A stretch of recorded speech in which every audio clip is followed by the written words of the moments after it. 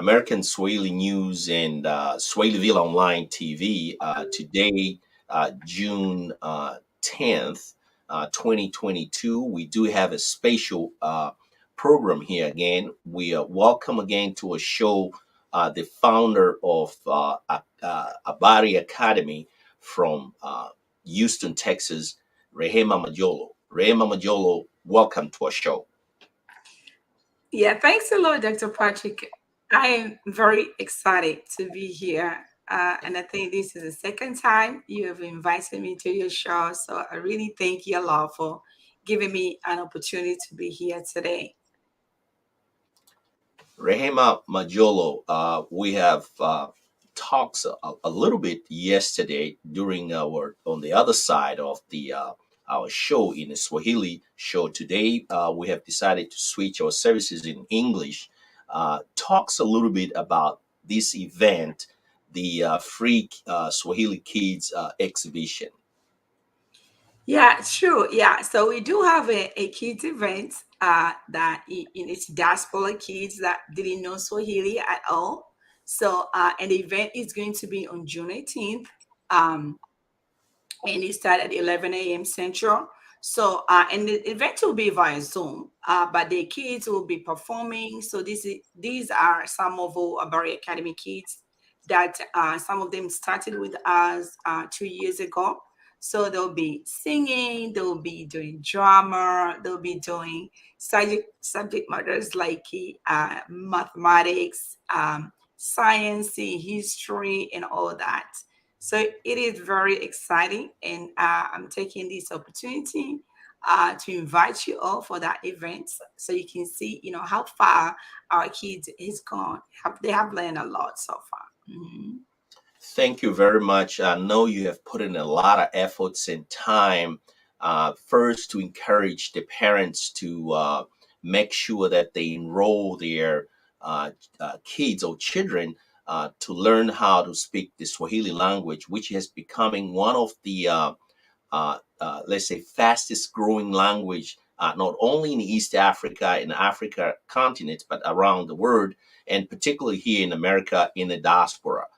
Let me move these conversations to the challenges that you're facing, only searching or recruiting uh, children, adults, and all the demographic that you're looking for in order to grow your business. Let's talk a little bit about the challenges that your organization or the Habari Academy is facing today. Yeah, it's true. Yeah, I am from, I'm a native Tanzanian, right? So when I started these at first, my intention was so much like, okay, so I'm really looking forward to, to teach all those kids whose parents are native Swahili speakers. So I started marketing within communities using WhatsApp, Facebook, and all that. So one thing that I'm getting so much surprise right now, like I'm seeing like a lot of Kenyans. Like right now, the number of kids in the Barry Academy from Kenyans parents, they are surpassing. So I see a lot of response from Kenyans community. The moment I get an opportunity or I get connections within the Kenyan community, it seems like the enrollment is like just like that. But within Tanzania's communities, I see a lot of reluctance in doing that. But I do think the parents, some of the parents, Tanzanian parents, their kids have been in the academy for about 2 years right now. So, mhm. So you have seen a significant, slightly, let me say, the slow to the Tanzanians' parents to recruiting or to enroll their children to Habari Academy. And what do you think the reasons behind for the parents not to be the Tanzanian parents, just in general, not to be ready or to making decisions to enroll their kids into your program? Yeah, I think it's a good question. It's kind of hard to tell, but to me, I think it's just that taking it easy, like, oh, it's okay, procrastinations and things like that. So that's the only thing. I don't see any reason. And also, I kind of feel like, maybe some parents don't see the importance of letting their kids learn Swahili, so it's all that. But I want to use this opportunity to just encourage parents, just kind of open their eyes that it's very important for our kids to learn Swahili, because we are here in a foreign country, yes. But even though these kids are born, born here, so they're American citizens and all that, but that's not enough. You really still have to teach, because they're family members. They are cousins, uncles, aunties, all of them. They are back in Tanzania. So to me, I feel like for our kids, we don't know how that's gonna end up. When you as a parent, you're not existing anymore. So and your kids are gonna be totally disconnected from their descendants back home. You have mentioned a significant, important points about the significance of these childrens who they were born here with their parents from Tanzania to know at least how to speak Swahili as a second language. And you have mentioned a key word here: the disconnections from where their parents they originated from. So, how do you address these issues to the Tanzanians, not only Tanzanians, but Kenyan, Uganda, Rwanda, and Burundi's parents with respect to at least their kids? We know that their first language is English, but have you find a way to address these issues to their parents just to increase your enrollment at school at your Habari Academy? Yeah, so yeah, it's something that I'm trying to do. So when we started, it was during the pandemic, so there were not a lot of events going on. So right now, I'm trying, so much to kind of, figure building connection first of all. As I talked yesterday at Dr. Patrick, so there's Dr. Churi, who is the founder of One Voice Consortium, which is an organization that has the organization has more than 100 community organizations within that one organization. So Dr. Chu's foundation is really focused on putting all the kind of African communities together. So I'm looking forward to network, okay, with those kind of tools or different communities. I think parents need to hear, from another person. They need to be convinced. I think that's what I'm looking for. So it has to be like kind of mission, or a movement, something like that. Because right now, there's this guy, a very nice guy. He was trying so much to enroll his kids, right? But his kids are all grown up. They're 27, 29. So I mean, it has been a struggle. When your kid reaches to that age, I mean, you can't tell, you really cannot tell them nothing. I mean, I've seen that. I've seen parents, so don't make that decision when it is way too late, right? I mean, anything before 18, that's the time to do it. And I'll suggest anything before 10. That's the best. But if your kids are past 10 already, you're not too late. You still can enroll them all the way to 18. Once they become an adult, they have their own schedule, they have their own life. You really cannot convince them. So I can feel for the guy, whatever they were trying to do. I mean, but it was not working. And I understand and I see that, because I already saw the trend. So I know where this is going to. So the one of the challenges that you have just alluded here a few minutes ago is once they pass the age of 10 years old, then it's becoming a challenge for you, for the parents to convince them to learn the second language, and particularly where their parents they're from, let's say from Tanzania or Kenya or Uganda. So do you have any strategies that you're putting in place to convince them and to persuade them to enroll in learning second languages as Swahili, because probably it will help them in the future when they decided to go home. Talks a little bit about the strategies that you're using to convince an adult, the ones who they have already grown at the age of 18 and up. Yeah, What yeah, is that's true. So what I do right now, Dr. Patrick, I do like these free sessions. And then on my free sessions, and I tell them the beauty of Africa, right? I tell them the beauty of Tanzania. Because like I tell them about Mount Kilimanjaro, I tell them about Zanzibar, I show them Gorongo craters and all those kind of things. And knowing that, because I have some adults that are not, some they are Native Americans, who are just going to visit the area. So they'll come to me so I can teach them Swahili. So when they get there, visiting Mount Kilimanjaro, they can be comfortable, So it's the same thing for our own people, for our own kids. One time they're gonna come, they may want to go there for different reasons, and they're like, oh, I don't know Swahili, right? So this is an opportunity for them to learn. So I'm trying to do so this free session thing. I'm inviting everybody, So even within our own communities, because like Tanzanians, we have different communities.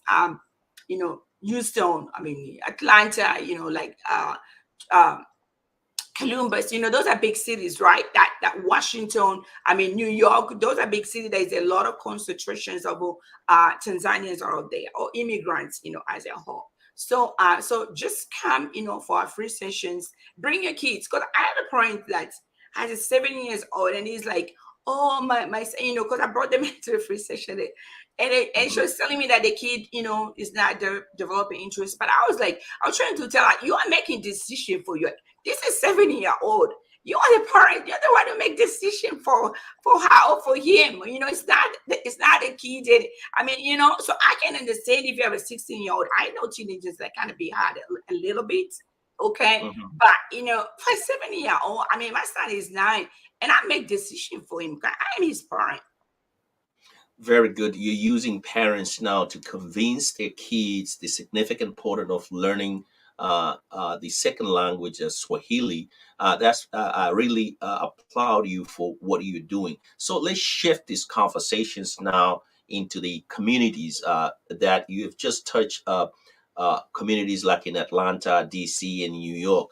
Do you get any positive, let's say, response with respect to your program that you have started 2 years ago? Walk us through in that area about the communities that this here in the United States, such as in Atlanta, New York, Washington, and Columbus, Ohio. Yeah, so I cannot say specifically that I see a certain pattern from a certain community, so because the way I've been marketing is like kind of been sporadically, but at some point I say, okay, probably if I talk to the leaders of the communities, maybe offering a free session for a community, maybe a community of New York, or maybe a community of Ohio, maybe a community of Atlanta, probably. So I did an experimentation, and that's what I'm trying to do right now. But I did one like a year ago. It kind of didn't work because I wrote a letter. I tried to call the leader. I tried to talk to them, but I didn't really get the response that I was looking for. Actually, I did not even get a response to begin with. So to me, I feel like I want to convince the community leaders to look into it, because if you're a leader, you are like a shepherd, right? You have these flocks that you have to look for the best interest of them. So I mean, I think when a leader understands the importance of Swahili, I mean, I think that could put them in a position to convince the community members. So you're using community leaders as the gatekeepers to open up the your businesses, and that's the very good strategies that you're using. Let's talk now. Let's move these conversations to an event that is going to. Um, I think the event that has been scheduled on July 7th this year in New York. Let's talk a little bit about that. How have you prepared for that? It talks a little bit about, or walk us through in that area. Yeah. Oh, yeah. We're very excited. First of all, I'd like to really extend my thanksgiving to Honorable Ambassador to the United Nations of Tanzania, Balas Gaston.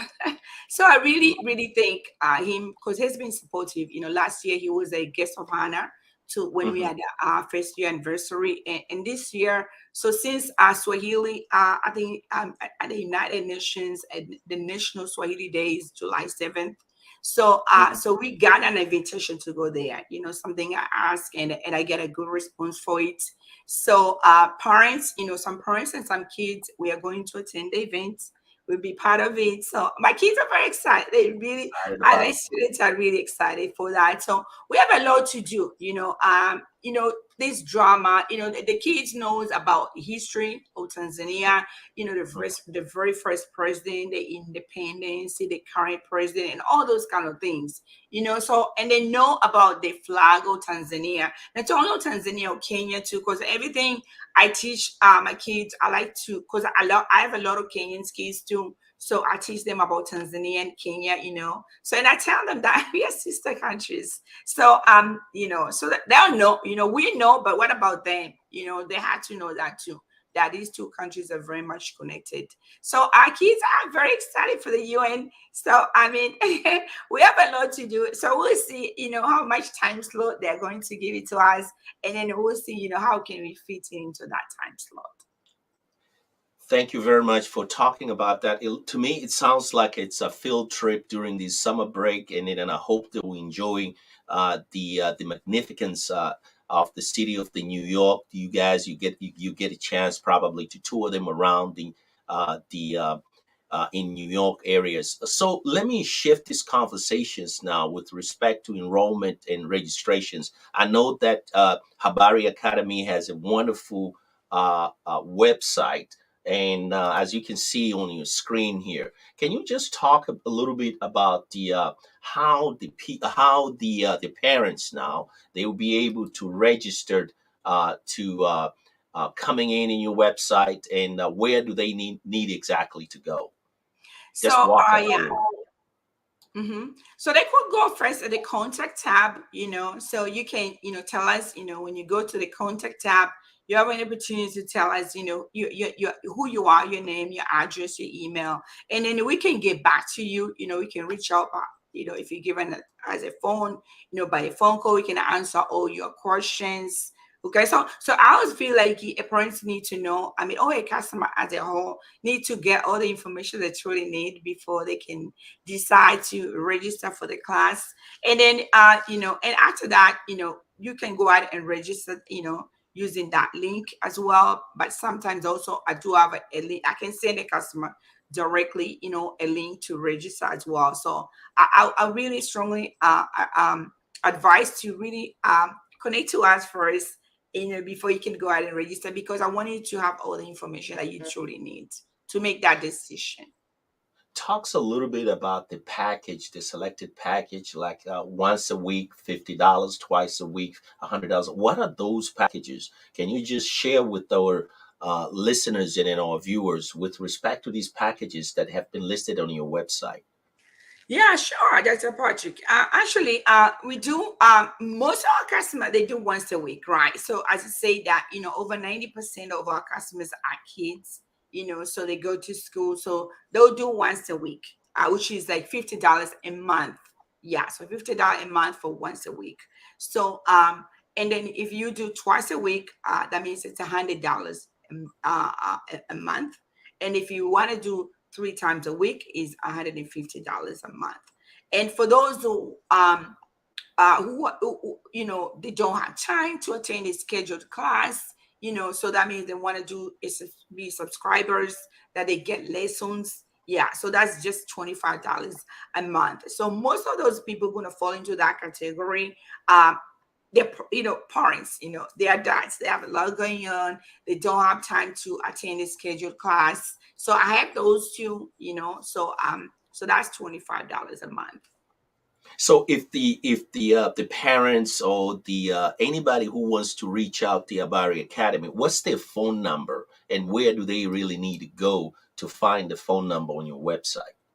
Sure. So, I mean, the phone number is on the contact is there, and then over there, resources like you can see there down is +1 if you're outside of America, because you can reach me via WhatsApp, anyhow that how by email. So so it's 832-654-0457, or you can write as an email Swahili at abariacademy.com. So And mhm. go ahead. I was going to ask you to talk a little bit about the. Do you have any other social media uh, links out there that the parents or anybody who's interesting uh, to reach out to you or to find the information about Habari Academy, what kind of other social media platform do you have out there? Yes, yeah, we are on Instagram, we are on Facebook, we are on YouTube. Yeah, so we're trying to get to tweet. I mean, like a bit more in Twitter or And TikTok and things like that. Yeah, so we're trying to go everywhere. So we are ready for growth right now. We are ready. We are very ready. Yeah. So because be in the beginning, you're just mhm, starting a business. You don't have a lot of things in place, but right now, there's a book I have written. That the kids they have a workbook at home. I have a digital tools the kids that are using to learn when they are away from the class, and there's a lot more growth to it. I want to create an app that it can be used for the kids to learn because nowadays these kids are digital kids, so so they learn the best there. Okay, so before we end our discussion, because we have been talking almost for 20 minutes now plus, let me ask you questions. What is your last word now with respect to the Habari Academy? Where do you see the Habari Academy in 5 years or 10 years from now? Oh, I see a lot of growth. Yeah, I see a lot of growth, because the we are determined. We have a board that is so determined, and I thank the board a lot, for everything they're doing. So we're determined for growth, and we're searching, looking for markets. We don't settle on just one side. So we like to teach our kids, but also we want to grow even within American communities, within American public schools, within American corporations. We just want to get into translations and all those kind of things that we can, anything that has something to do with Swahili. Yeah, tourism. Yeah, all that. So just want to incorporate to one thing. So it's a progress that you are making, step by step, day by day. But I have no doubt because every year you can see there's a growth. Every year there's something. Yeah, but also it involves a lot of hard work. This is Rehema Majolo, the founder of Habari Academy from Houston, Texas. She's joining us live from Houston, Texas, and this is the second time. She's been very um, generous for taking her time uh, and speak with the American Swahili News and Swahiliville Online TV. Mrs. Rehema Majolo, thank you for taking your time. What is your last word now? Yeah, so thanks a lot, Dr. Parsley, for inviting me. So I actually thank you, and you're doing a great job. All you journalists are doing a great job. So I just want to encourage you that, and I just want to encourage parents, especially native Swahili speakers, don't make that decision when it's too late for you. So I encourage you to really encourage your kids to you as a parent to make decision for them because that's the job of a parent. Rehema Majola, thank you very much, and you're welcome again. We really appreciate it for taking your time. Okay, thanks a lot. Thank you.